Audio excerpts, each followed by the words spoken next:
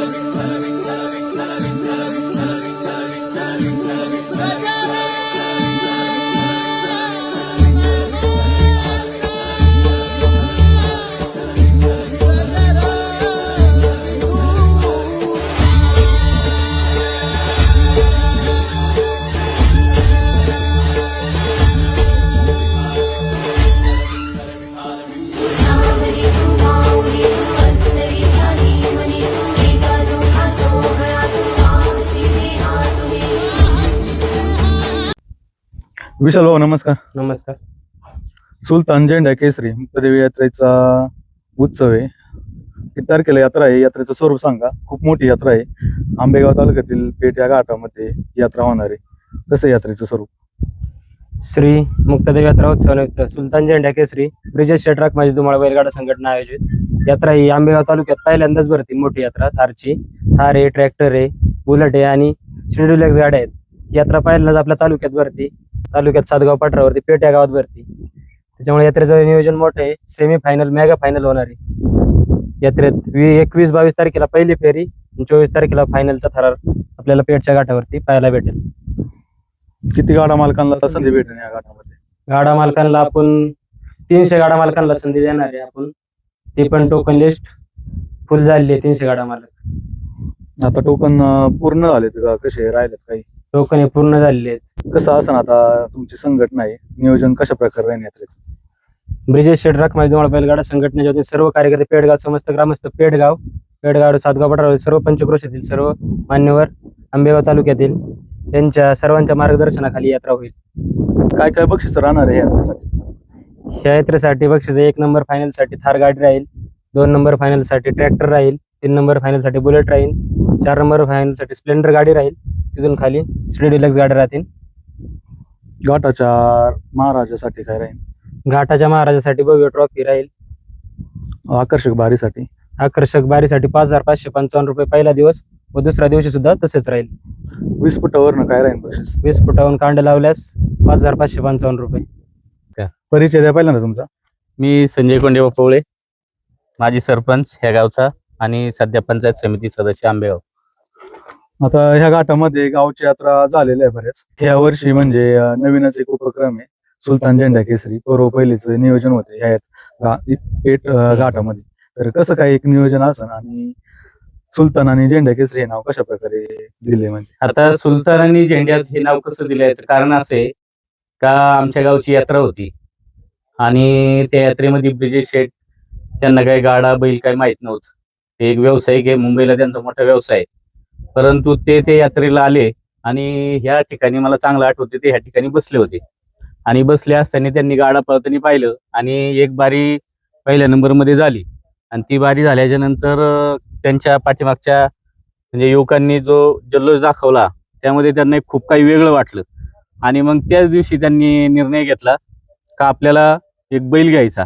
जसं ही लोक हे करतात म्हणजे मुलांना जो एन्जॉय वाटतो किंवा जे काही वेगळं वाटतं तसं त्यांनी बैल घ्यायचं ठरवलं आणि त्याच्यानंतर मग मारुती मोरडे असतील किंवा विशाल टमले असतील, विशाल शिंदे असेल किंवा विशाल गुंजाळ, ही सर्व मित्रमंडळी त्यांनी जवळ केली आणि त्यावेळेला त्यांना एक झेंड्या सुलतान हा बैल घ्यायचं त्यांनी ठरवलं.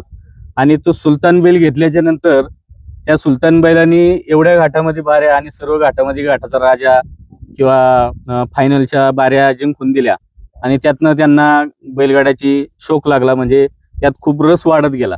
आणि मग त्याच्यानंतर झेंड्याची खरेदी झाली. त्याच्यानंतर मग त्यांनी एक चांगला गोठा, चांगलं एक वेगळं पण बैलगाड्यामध्ये, म्हणजे आमचा सातगाव पठार असेल, आंबेगाव तालुका असेल, हे बैलगाडीची पंढरी आहे. म्हणजे सातगाव पठारामध्ये सगळ्यात जास्त बैल, मोठे मोठे बैल जे याच्यात होऊन गेले रेसमध्ये, ते सर्व सातगाव पठारावर तयार झालेले आहेत. आणि मग ब्रिजेश शेटच्या माध्यमातून ह्या सातगाव पठाराला एक वेगळा बैलगाडा मालक, बैलगाडा शौकीन किंवा एक युवकांमध्ये बैलगाड्याची क्रेज वाढवणारा माणूस मिळाला.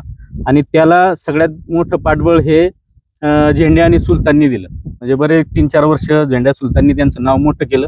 त्यामुळे ही यात्रा भरवण्याचं ठरवता वेळी त्यांनी ज्या बैलांनी आपला मान मोठा केलाय त्याच बैलाचं नाव दिलं. स्वतःचं नाव देण्यापेक्षा त्या बैलांनी मोठं नाव केल्यामुळं बैलांचं नाव देण्यात आलंय. कसं राहील आता मग ह्या यात्रेचं नियोजन आता? ही यात्रा सगळ्यात टॉप होणार आहे. म्हणजे आजपर्यंत जी भूतून न भविष्य ती अशी यात्रा भरणार. कारण आमची पेठची धावपट्टी चांगली आहे. ब्रिजेश शेटचे सर्व कार्यकर्ते असतील, टीम असेल, चांगल्या प्रकारे नियोजन करतात. बक्षिसांचं चांगलं नियोजन केलेलं आहे.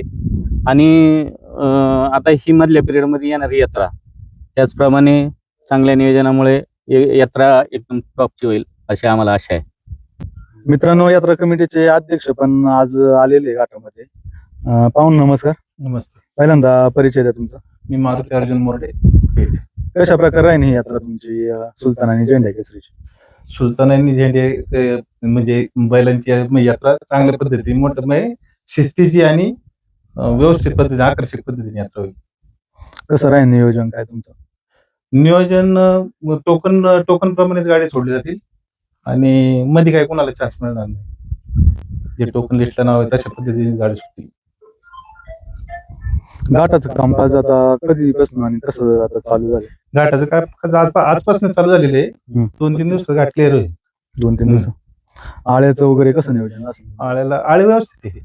प्लायवूड वगैरे मारून आहे ना, आळे व्यवस्थित आहे. विशाल शेठ नमस्कार. नमस्कार.